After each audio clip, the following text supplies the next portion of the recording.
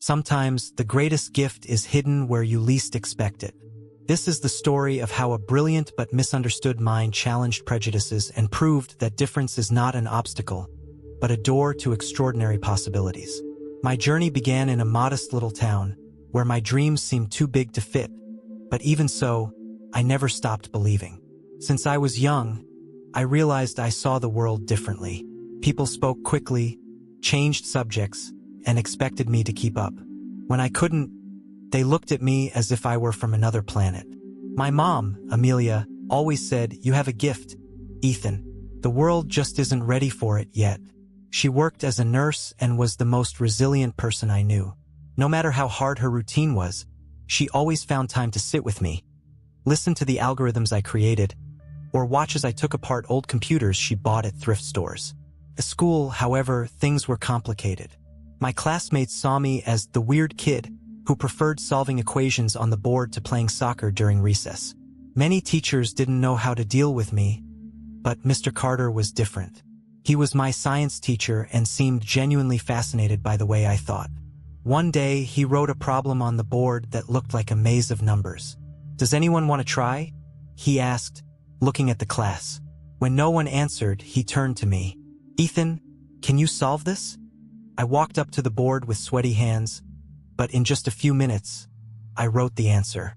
Mr. Carter looked at me as if I had discovered something revolutionary. "You have a gift, Ethan. Don't let anyone convince you otherwise." Despite that, the rest of the school continued to see me as someone who would never fit in.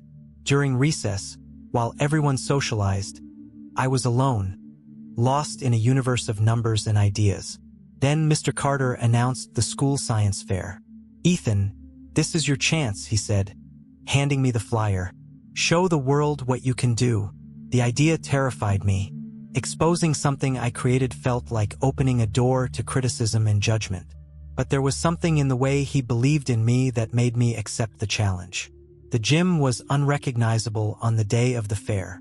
It was filled with booths decorated with colorful posters, volcano models erupting, and Lego robots. The buzz of voices and laughter made me want to shrink, but I knew I needed to be there. My mom helped me set up my booth.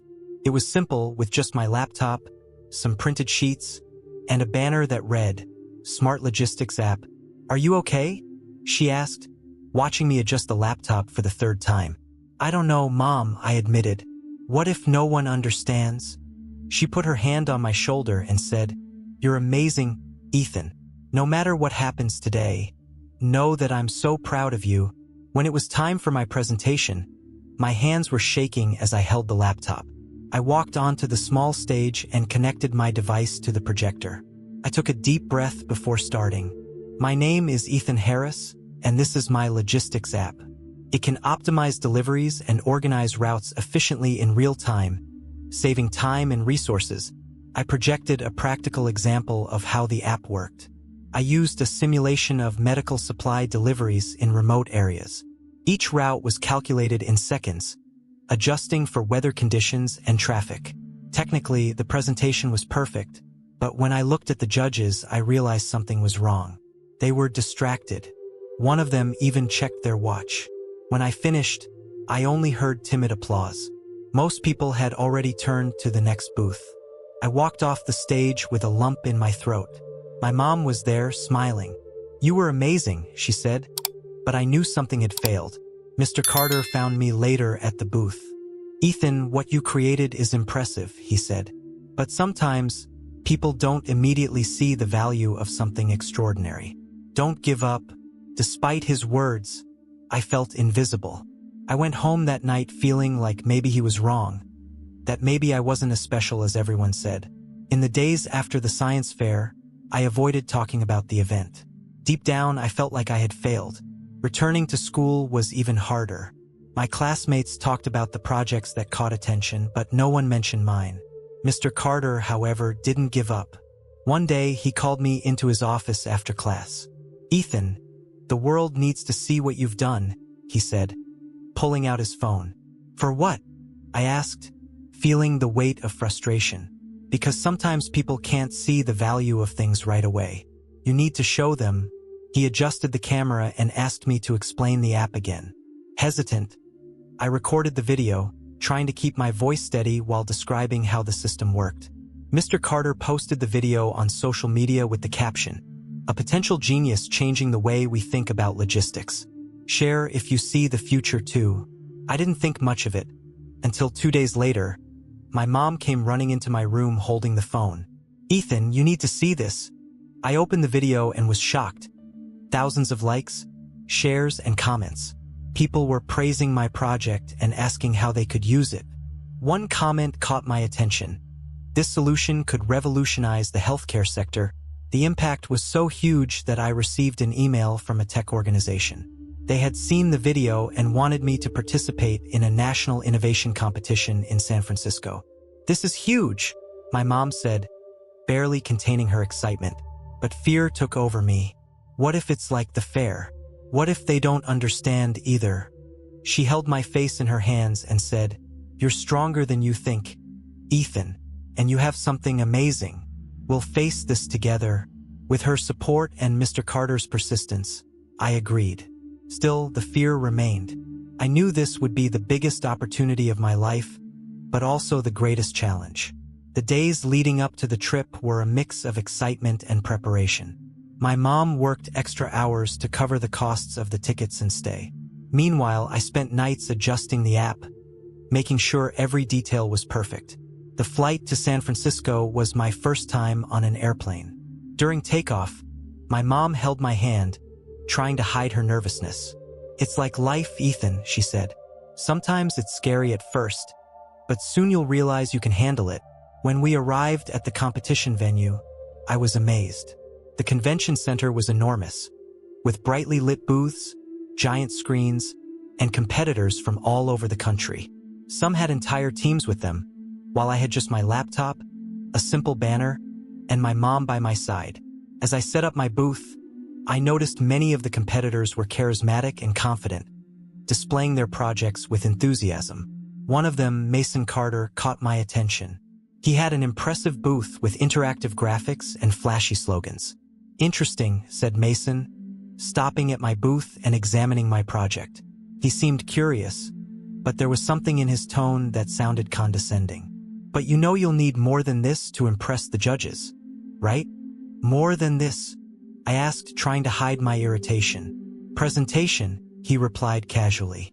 "They want more than numbers. They want a story." Although his words bothered me, I kept thinking about them. He was right.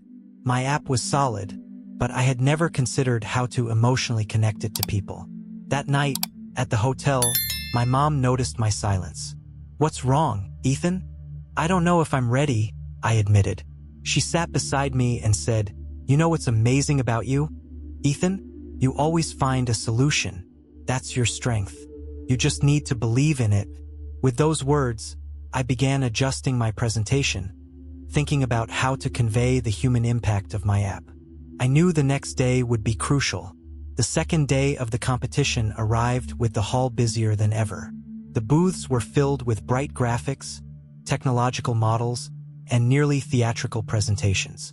The energy in the air was electrifying, and I felt like an island in the middle of a moving ocean.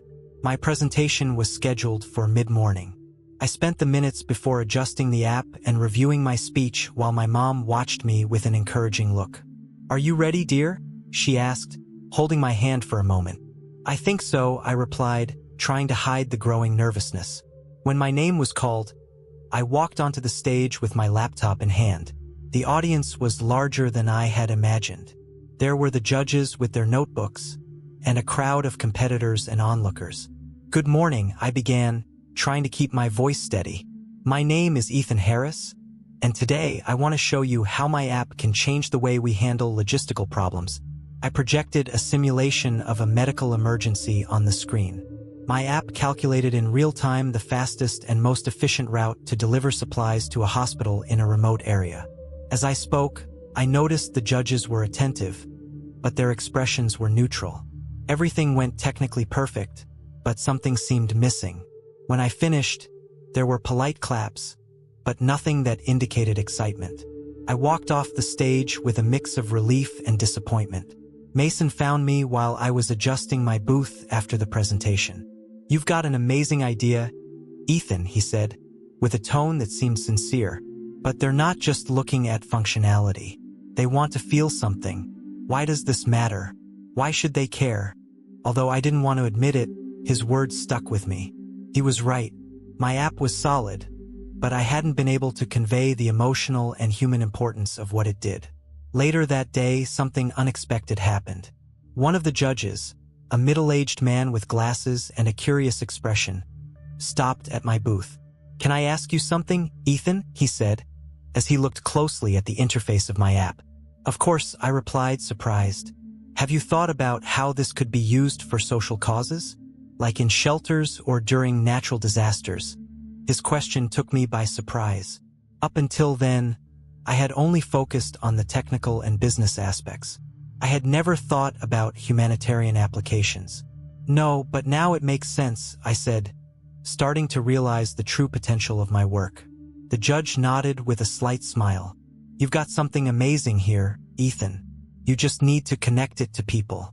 Show why it matters, and you'll see the difference." That night, while reviewing my presentation, Mason appeared again. He seemed less arrogant, almost friendly. "Listen, I know I'm competitive," he started, crossing his arms. "But I think you've got something special. And if you need help, I'm here." "Why?" I asked, suspicious.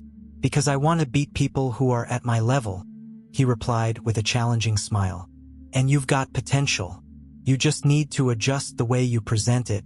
We spent hours discussing ways to make my presentation more impactful. Mason suggested that I start with a story, something that would connect my app to real-world problems. "People remember stories, not numbers," he said. The next day, I returned to the stage for a second round. This time, I started with a narrative. Imagine a city devastated by a hurricane. Doctors urgently need supplies, but the routes are blocked. With my app, it's possible to find the fastest and safest way, saving time and lives. As I spoke, I projected a map onto the screen showing how my system would work in real time. The faces of the judges changed. For the first time, I saw genuine interest in their eyes. When I finished, the auditorium erupted into applause. It was more than I could have imagined. Backstage, Mason nodded at me. "I told you you had this," he said before returning to his own booth. For the first time, I began to believe that maybe I had a real chance. The final day of the competition arrived, bringing a mix of anticipation and palpable tension.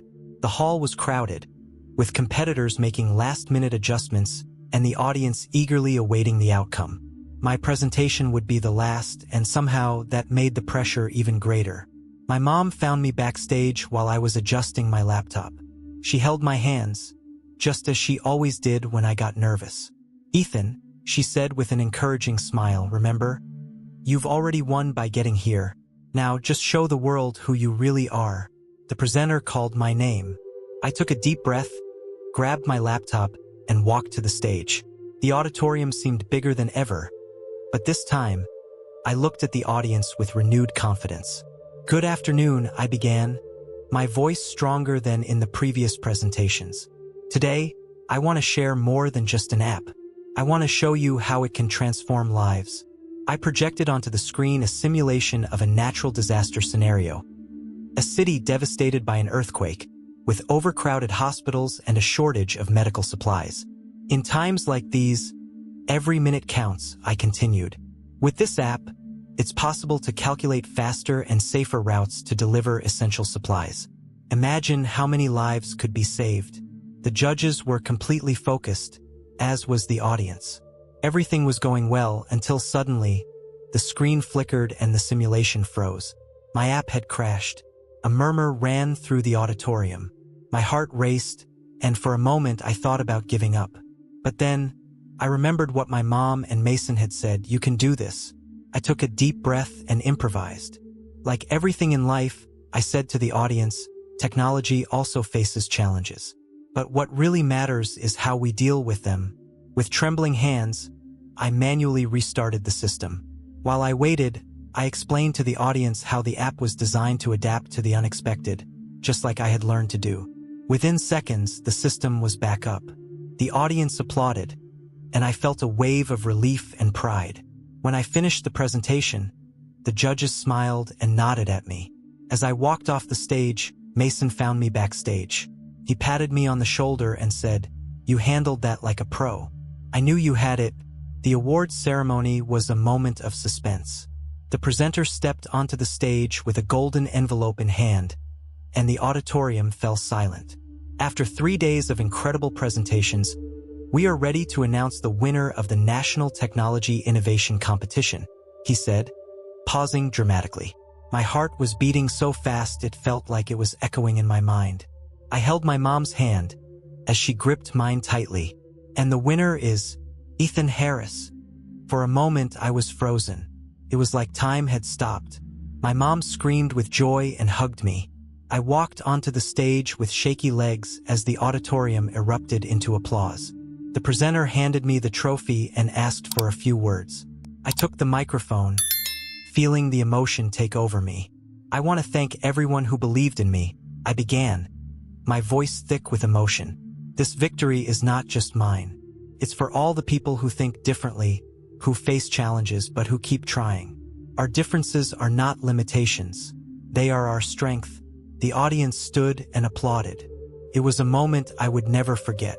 In the days that followed, my life changed completely.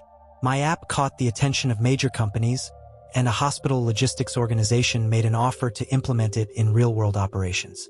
More importantly, my story began to inspire others. I received messages from young people on the autism spectrum who identified with me and said that I had motivated them to believe in their own talents. With the prize, I decided to create a foundation to support young people with autism, offering resources so they could also turn their ideas into reality. Mason was the first to volunteer as a mentor, surprising even me. "You showed me something I couldn't see," he said as we discussed the first steps of the foundation. "The real impact isn't just in technology, but in the people it can help." My mom, as always, was by my side, helping plan every detail of the foundation. As I looked toward the future, I realized that the competition was just the beginning. My journey of self-discovery and impact was only getting started.